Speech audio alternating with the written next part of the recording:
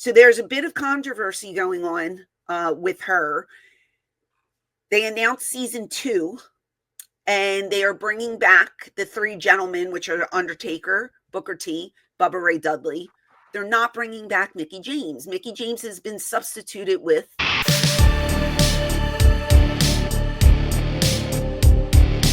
Well, first of all, let me just say I'm a fan of this concept. You said you haven't watched the show, but you've seen a couple clips here and there. I haven't watched the full actual you should. And for opening to closing show, but I've seen many clips of the show, and I've loved every second of the clips. Okay, you should try and watch the show in its entirety. Decent concept. It's they had, I don't know if it was 20, no, maybe it was 16, because it's 4 to a legend. So I guess they started with 16. And each legend gets 4 on their team, but it's cool. It does remind me a little bit of Tough Enough, but it's also the legends competing as well and getting points for their team by using what prospect they think will get the point for them. You know what I mean? Right. So it's kind of it's a competition with the kids, but it's also a competition among the legends. So you're seeing the legends kind of jaw jack with each other and rib each other and do kind of things, you know. So it's fun in that aspect, and I enjoy it. I really do. I have my favorites. There's a couple that I think are really good. And then I watched the next episode and I kind of changed my mind. And I'm like, oh, wait a minute, this one's really good. So there's a lot of people that I can see, even if they don't win, I could see WWE keeping them for NXT or whatever, you know, whatever other projects they have, because a lot of these guys and girls are really good and have good looks to them. And I think it's just like, you know, with Tough Enough, there was like 1 or 2 winners, but then there's a bunch of other people who ended up being on the roster and getting contracts and whatnot. So I can definitely see that happening. But I saw the first 2 episodes. I have to watch last night's episode because I was on the road. But I like it. I enjoy it. I enjoy Mickie James on the show. So there's a bit of controversy going on with her. They announced season 2. And they are bringing back the 3 gentlemen, which are Undertaker, Booker T, Bubba Ray Dudley. They're not bringing back Mickie James. Mickie James has been substituted with Michelle McCool. Now, I am not an insider to this particular project that's going on. I only know what I've been seeing on the internet. And the rumor is that Undertaker might have politicked to get Michelle on the show. Now, certain people are saying Undertaker was like, well, if you want me, Michelle needs to come on too. People are also saying he never said Mickie has to go. But if they are only looking for one female to be in the cast, right, then it's obvious who's going to leave. It would be Mickie James. So a lot of people are in uproar. I was reading comments today, and, you know, people are saying that they like Michelle McCool, but, you know, Mickie James is more qualified for the role. The only reason why they would consider Michelle is because of the Undertaker being her husband, that kind of thing. Yeah, right. See, one of the articles, the Undertaker has cost Mickie James her LFG coaching job. No one knows exactly what went down behind closed doors, but that is the rumor that's going around. So you could take that with a grain of salt. Yeah, this this regime is very high on, bringing the Undertaker in on a lot of stuff. Yeah. And Michelle McCool is always right behind. Mm-hmm. So I can see how that influence could be very heavily,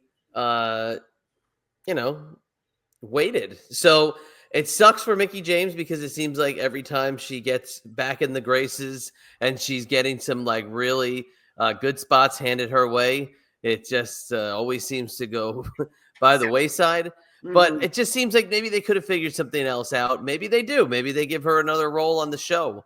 But if that's the case and she's replaced, maybe it doesn't work out and they bring her back for something else. I hope so. Yeah, I mean, it's unfortunate the way it did go down. I really, again, I've only met Undertaker a couple of times. He doesn't seem like the kind of guy who would bash somebody. So I don't really think that he went in there being like, well, I don't want Mickie on the show. I want Michelle on the show. Maybe it was just like recommending his wife, and maybe he thought that they'd keep both women on as, in some kind of role. I don't know. I'm just going by, the articles that I've seen online. But it is sad for Mickie because she's really good. She's really good on the show. The prospects seem to like her a lot, and she has a lot of knowledge. She's got a lot of years in this business, and she knows exactly what she's doing. She knows how to coach. So I feel really bad for her. I really do. And it's really unfortunate. Yeah, this closing line of the article here says, it seems the producers didn't want to have a fifth coach alongside Taker, James, Booker T, and Bubba Ray Dudley. So the current TNA wrestling employee, James, was the odd coach out, and her contract was not renewed for season 2. Now, does that have something to do with it as well? She's linked to TNA. I was not aware of that. I wasn't aware of that either. So maybe, I didn't think she worked for TNA anymore. Yeah, I didn't think so either. But maybe that has something to do with it. We don't. I don't know. But so, but I do remember when this was announced. Hold that thought. That doesn't make any sense either, because TNA has a working relationship with NXT. Correct. It does. But what I remember when this show was announced, that it was like a big deal that Mickie James was signing this exclusive deal with LFG to come back to coach. So I guess whatever she does at TNA, they were allowing it to kind of cross the streams, let her come back and do this show. Maybe that just made it an easy decision, and they say, all right, we'll just keep our in-house people, doing our projects rather than a, outside TNA person. And who knows how they structure the pay deals when it's a TNA entity coming in to do a WWE project. I don't know, but that could be something that has to do with it too. The more the TNA stuff is going on, it's getting weirder and weirder to me as I watch it. I know we talked about it either last week or the week before, and I said how I do like it, and I do, but it's getting weirder and weirder as I watch it. I don't know. It's just something weird to me about seeing it. I think that it's a good way for the TNA guys to come to WWE, but I think the WWE guys going to TNA is like kind of a step down. And not to disparage the TNA folks, but that could be a way A&E is looking at it. It's like, we don't know who TNA is, and you have a TNA person on our show, even though it is Mickie James. I just Googled it, and it says she doesn't work for them. I vaguely remember that. So maybe somebody who's listening to this could clarify as well. But I vaguely remember when she signed to do this show that it was like something that had to do with it as well. So yeah, I don't know. That I'm not sure. If she does have a position with TNA, it's actually backstage. She's not on the roster. She's not actively working. So I don't know. I didn't hear of her as an agent or anything. I don't know. It's just it's unfortunate because, like I said, she's very good at what she does. Oh yeah. And not saying Michelle's not going to be good either, because Michelle's got experience too. But I mean, when you're part of something, you're there for the launch, and then you get that second season, and you're like, yeah, let's go, and then they bring everybody back but you. It's very unfortunate. So it sucks for her.